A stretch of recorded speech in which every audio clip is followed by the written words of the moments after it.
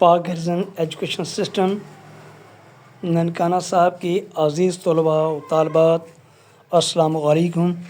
میں ہوں پروفیسر ملک خالد حسین ساجد، آپ کا معلم اردو۔ آج ہم بہت اہم موضوع کو لیے ہوئے آ رہے ہیں، اور ہماری سیکنڈ ایئر کا سب سے اہم سوال مضمون نویسی ہے۔ مضمون کیسے لکھا جاتا ہے، مضمون کی کتنی اقسام ہیں، آج ان سب کے بارے میں بتایا جائے گا، تو آپ کی توجہ مکمل طور پر درکار ہے۔ تو آئیے آغاز کرتے ہیں مضمون کی اقسام کے بارے میں۔ مضمون کی اقسام عام طور پر 4 مشہور اقسام ہیں۔ نمبر 1 شخصی مضامین، نمبر 2 علمی اور سائنسی مضامین، نمبر 3 حالات حاضرہ پر مضامین، اور نمبر 4 مذہبی مضامین۔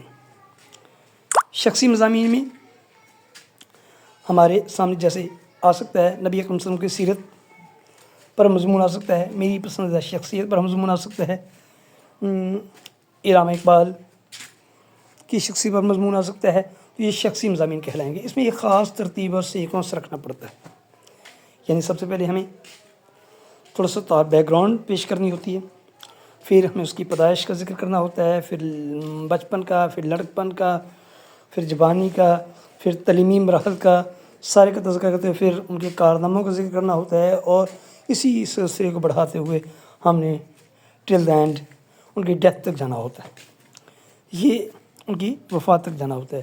یہ ساری چیزیں شخصی مضامین کے اندر آ جاتی ہیں۔ دوسرا ہے علمی اور سائنسی مضامین۔ یہ مختلف موضوعات پر ہو سکتے ہیں، جس طرح سائنس کے کرشمے کے موضوع پر سائنسی مضامین آ سکتے ہیں، یا دوسرا لفظ کہہ لیں کہ علامہ اقبال کا مصرع آ سکتا ہے، آنکھ جو کچھ دیکھتی ہے لب پہ آ سکتا نہیں ہے، کہ موضوع پر مضمون لکھیں، تو یہ بھی اسی انداز میں علمی اور سائنسی مضامین میں شمار ہوگا۔ حالات حاضرہ پر مضامین۔ حالات حاضرہ جس طرح آج کل ہمارے معاشرہ میں یا ہمارے ملک میں یا پوری دنیا میں دہشت گردی پھیلی ہوئی ہے، تو دہشت گردی اور عصر حاضر، دہشت گردی کا حالات حاضرہ پر اثرات جیسے موضوعات پر مضامین آ سکتے ہیں، تو آپ نے اس کو مد نظر رکھنا ہوتا ہے۔ مذہبی مضامین میں جیسا کہ ہو سکتا ہے اسلامی مساوات پر مضمون آ سکتا ہے، اخوت اور بھائی چارے پر مضمون آ سکتا ہے، یا اور دیگر اسلامی خصوصیات، یا مسجد کا معاشرے میں کردار پر موضوع پر مضمون آ سکتا ہے۔ یہ ساری مضامین مذہبی مضامین میں آ جائیں گے۔ تو اس کے لیے ہم نے آج جو ہمارا ٹاپک ہے وہ ہے قائد اعظم اور 2 قومی نظریہ۔ اس میں ہم نے قائد اعظم کی شخصیت کو تو بہت کم ڈسکس کرنا ہے۔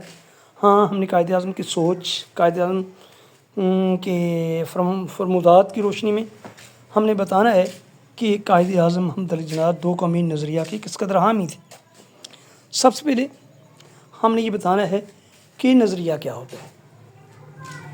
جب ہم نظریے کی بات کر لیں گے، نظریہ بنیادی طور پر ایک سوچ کا نام ہوتا ہے، اور پھر اس کے بعد ہم نے بتانا ہے کہ 2 قومی نظریہ کیا ہوتا ہے۔ پھر اس میں ہم نے ہندوستان کی بیک گراؤنڈ میں جانا ہے کہ ہندوستان میں بہت دیر تک 2 قومیں ایک ہی مقام پر رہتی رہیں، اور ان 2 قوموں کو ہندو اور مسلم کے نام سے جانا جاتا ہے۔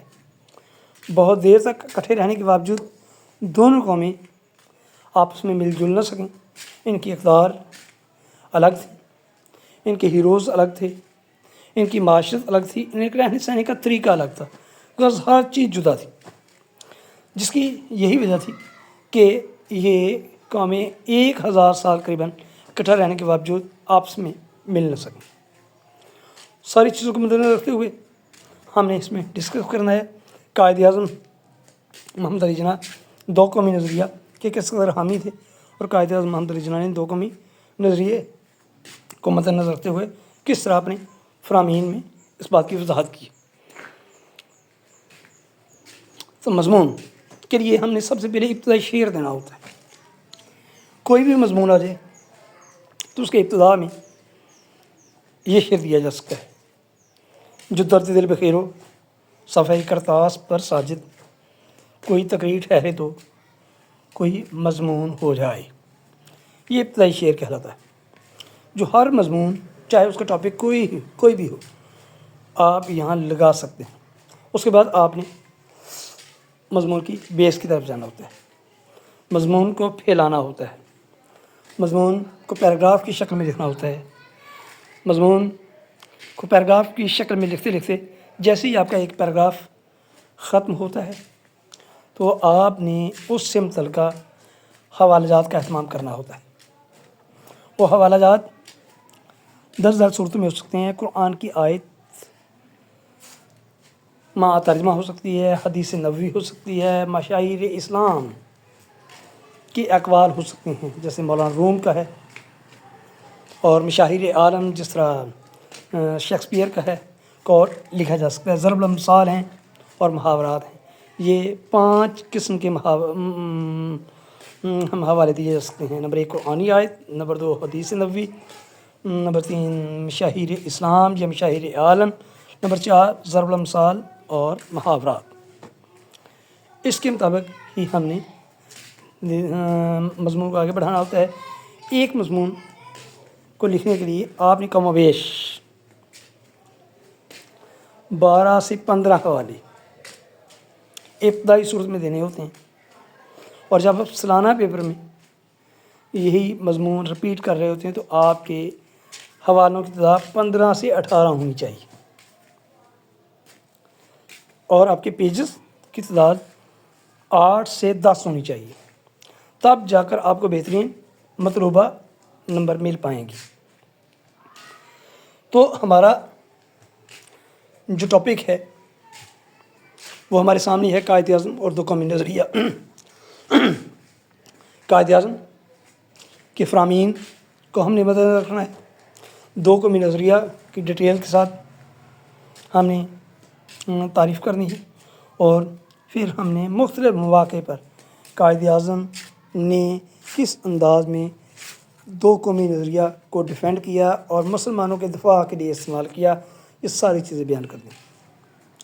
اس طرح کرتے کرتے آپ نے بڑھتے جانا ہے، اور ساتھ میں آپ نے اشعار کے حوالے دیتے جانے ہیں، قرآنی آیات کے حوالے دیتے جانے ہیں، احادیث نبوی کے، مشاہیر اسلام، مشاہیر عالم کے حوالے دیتے جانا ہے، ضرب الامثال کے حوالے دیتے جانے ہیں۔ یہ ساری چیزیں آپ نے کرتے جانی ہیں۔ آپ کے قواعد و انشاء میں یہ دوسرا مضمون ہے جو آپ وہاں سے آسانی سے پڑھ سکتے ہیں، وہاں سے آپ پڑھیں اور حوالہ جات اپنی آپ کے تحت مرتب کریں، اور بہترین طریقے سے آپ کم از کم 6-7 صفحات کا مضمون ان پریکٹس کریں، اس کو لکھ کر دیکھیں۔ آپ کے اسائنمنٹ میں یہ مضمون شامل کر دیا گیا ہے، آپ نے اس مضمون کو باقاعدہ طور پر لکھنا ہے، اور اس اسائنمنٹ کے نمبر لگائے جائیں گے، اور آپ کی اسکالرشپ میں یہ نمبر آپ کے معاون ہوں گے۔ تو عزیز طلبہ، آج ہم نے پڑھا مضمون نویسی کے معاملے کو۔ مضمون نویسی کے سلسلہ میں جو آپ کو ہدایات بتائی گئی ہیں، جو طریقہ کار بتایا گیا ہے، ان سب کو آپ نے ذہن میں رکھنا ہے، اور مضمون ہی آپ کی سال دوم کا سب سے اہم سوال ہوتا ہے۔ اگر یہ سوال آپ کا اچھا ہے تو یقینی طور پر آپ اچھے نمبر حاصل کر پائیں گے، اور اس میں مطالعہ کا وسیع ہونا بہت ضروری ہے، مشاہدے کا وسیع ہونا بہت ضروری ہے۔ اپنے مشاہدے کو بھی وسیع کریں، اپنے مطالعے کو بھی وسیع کریں، اشعار کے حوالہ جات کو بہتر کریں، احادیث قرآنی آیات کے حوالہ جات کو یاد کرنے کی کوشش کریں۔ تو جتنا زیادہ آپ کا مضمون حوالہ جات سے مزین ہوگا، جتنے مضبوط حوالے آپ دیں گے، آپ کو ممتحن اسی صورت میں اتنے اچھے نمبر دے پائے گا۔ تو امید ہے آپ کا آج کا لیکچر اچھا ہوا ہے، اور آپ نے اس کو انتہائی توجہ سے غور سے سنا ہوگا، اور بار بار سنیں گے، اور پھر ہدایات کے مطابق اپنی کتاب قواعد اردو سے اس مضمون کا مطالعہ بھی کریں گے، اور پھر اس کو پریکٹس کے طور پر لکھ کر بھی دیکھیں گے، اور اسائنمنٹ کی صورت میں کالج میں جمع بھی کروایا جائے گا۔ تو اسی کے ساتھ اجازت چاہتے ہیں، اللہ آپ کا حامی و ناصر ہو، انشاءاللہ پھر کسی لیکچر میں ملاقات ہوگی۔ السلام علیکم۔